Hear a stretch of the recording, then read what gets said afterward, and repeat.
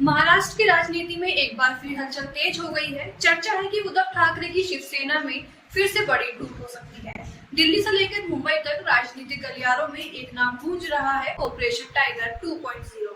क्या सच में उद्धव ठाकरे की पार्टी के कुछ सांसद नया रास्ता चुनने वाले हैं? क्या महाराष्ट्र में एक और राजनीतिक भूचाल आने वाला है? और अगर ऐसा हुआ तो इसका फायदा किसे मिलेगा? आइए समझते हैं पूरी कहानी आसान भाषा में।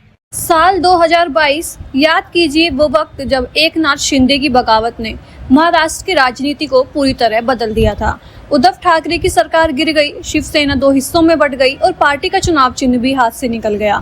कई लोगों को लगा था कि इससे बड़ा झटका शायद अब ठाकरे कैंप को नहीं लगेगा, लेकिन अब एक बार फिर नई चर्चाओं ने राजनीतिक माहौल गर्म कर दिया है। सूत्रों के मुताबिक कुछ सांसदों और नेताओं की गतिविधियों ने सवाल खड़े कर दिए हैं। दिल्ली में बैठकों का दौर चल रहा है। राजनीतिक विशेषज्ञ मान रहे हैं कि अगर कुछ बड़े चेहरे पार्टी छोड़ते हैं तो यह उद्धव ठाकरे के लिए एक और बड़ा झटका साबित हो सकता है। लेकिन सवाल है कि आखिर नाराजगी किस बात की है? दरअसल पिछले कुछ समय से पार्टी के भीतर नेतृत्व को लेकर अलग अलग राय सामने आती रही हैं। एक तरफ उद्धव ठाकरे हैं, जिनकी पहचान शिवसेना की पारंपरिक राजनीति से जुड़ी रही है। दूसरी तरफ युवा नेतृत्व को लेकर भी चर्चाएं होती रहती हैं। कुछ नेताओं का मानना है कि पार्टी को नए तरीके से आगे बढ़ने की जरूरत है, जबकि कुछ लोग पुराने ढांचे को ही सही मानते हैं। यही मतभेद अब राजनीति चर्चाओं का हिस्सा बन गए हैं। हालांकि अभी तक किसी बड़े नेता ने खुलकर बगावत की घोषणा नहीं की है, लेकिन राजनीति में कहा जाता है कि धुआं वही उठता है जहां कहीं न कहीं आग जरूर होती है। और यही वजह है कि महाराष्ट्र की राजनीति पर नजर रखने वाले लोग इस पूरे घटनाक्रम को बेहद गंभीरता से देख रहे हैं। अगर हम महाराष्ट्र की मौजूदा राजनीति को देखें तो तस्वीर काफी दिलचस्प है। एक तरफ बीजेपी और एकनाथ शिंदे का गठबंधन है, दूसरी तरफ उद्धव ठाकरे विपक्षी गठबंधन के साथ खड़े हैं।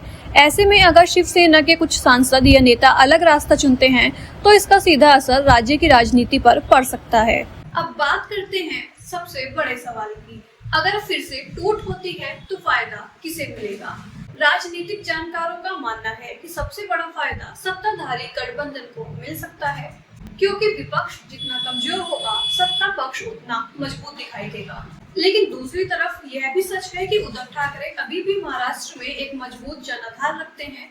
उनके समर्थकों की संख्या कम नहीं है। शिवसेना का इतिहास भी संघर्षों से भरा रहा है।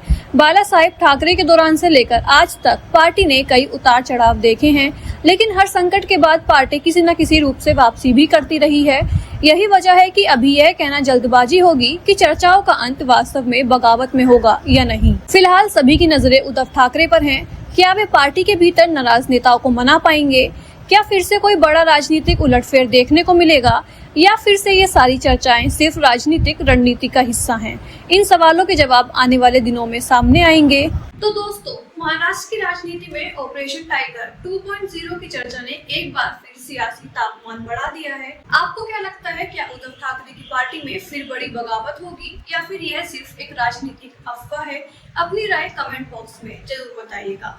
वीडियो पसंद आया हो तो लाइक करें, शेयर करें और चैनल को सब्सक्राइब करना बिल्कुल ना भूलें। धन्यवाद।